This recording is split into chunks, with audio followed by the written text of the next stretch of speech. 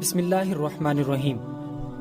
یہ واقعہ سوموار ذوالحج 317 ہجری کا ہے کہ جب کرامتی فرقے کا بانی ابو طاہر سلیمان کرامتی مکہ معظمہ کا رخ کرتا ہے۔ حاجی وہاں پہنچ چکے ہیں۔ ابو طاہر کے سپاہی بھی حاجیوں کی شکل میں وہاں موجود ہیں۔ ابو طاہر سب سے پہلے گھوڑے پر سوار ہاتھ میں تلوار لیے مسجد حرام میں داخل ہوتا ہے۔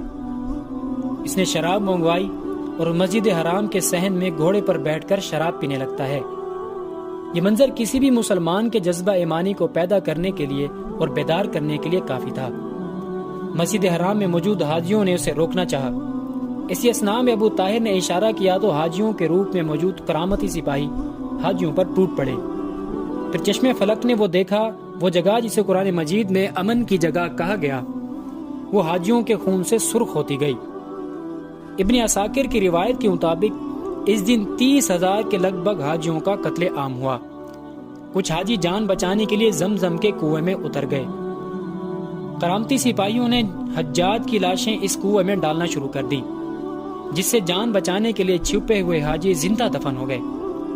اس کے بعد کرامتیوں نے غلاف کعبہ کو اتار کر اس کے ٹکڑے ٹکڑے کر دیے۔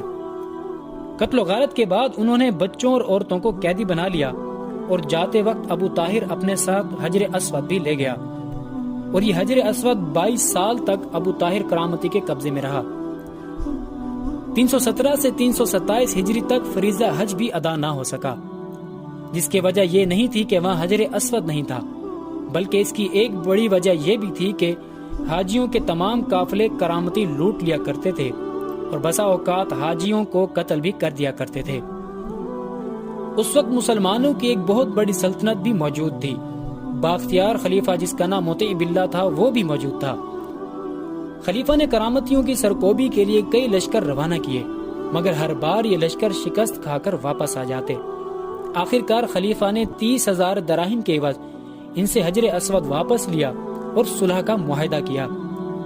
22 سال بعد جب حجر اسود واپس اپنی جگہ آیا تو وہ تاروں سے بندھا ہوا کئی ٹکڑوں میں تقسیم تھا۔ کرامتی فرقے کا بانی ابو طاہر بعد میں چیچک کے مرض میں مبتلا ہو کر مر گیا، لیکن اس کے مرنے کے بعد بھی کرامتی فرقہ موجود رہا، اور یہ اس قدر طاقتور تھے کہ انہوں نے برِ صغیر میں ملتان میں اپنی حکومت بنائی۔ ملتان میں رقص و سرور کی محفلیں ہوا کرتی تھی، شراب و شباب کے دور چلا کرتے تھے، اور تاریخ نے وہ بھی دیکھا کہ ملتان کی گلیوں میں برہنہ لوگ گھوما کرتے تھے، کیونکہ ان کے عقائد کے مطابق جزا و سزا کا کوئی تصور نہیں تھا۔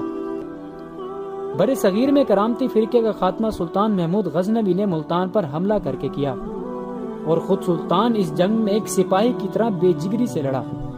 تاریخ میں ملتا ہے کہ سلطان نے اپنی تلوار سے اتنے کرامتی قتل کیے کہ سلطان کے ہاتھوں پر تلوار اس طرح چمٹ گئی کہ بعد میں اسے نیم گرم پانی میں رکھ کر الگ کیا گیا۔ دوستو، یہ مسلمانوں کی تاریخ کا عبرت ناک دور تھا۔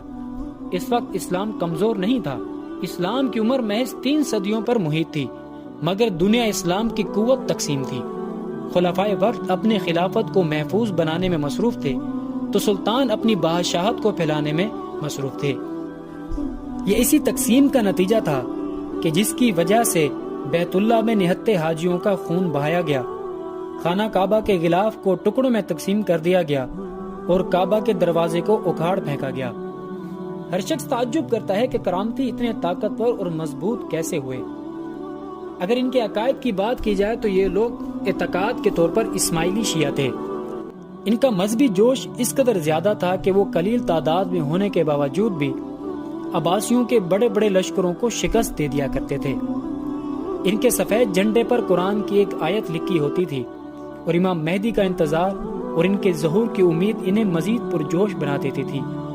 ان کا ایمان اور جوش اس قدر زیادہ تھا کہ محض 2700 کرامتیوں پر مشتمل یہ لشکر شام اور عراق کو فتح کر کے سیدھا بیت اللہ تک پہنچتا ہے، اور مقابلے پر لاکھوں کی عباسی فوج ان کا کچھ نہیں بگاڑ سکی۔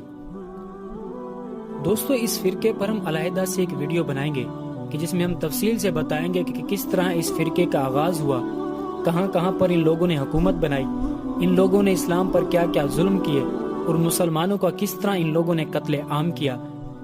امید کرتے ہیں یہ ویڈیو آپ کو پسند آئی ہوگی اور آپ کے علم میں بھی اضافہ ہوا ہوگا۔ انشاءاللہ بہت جلد ایسی ہی نئی معلوماتی ویڈیو کے ساتھ دوبارہ حاضر ہوں گے. تب تک کے لیے اللہ حافظ.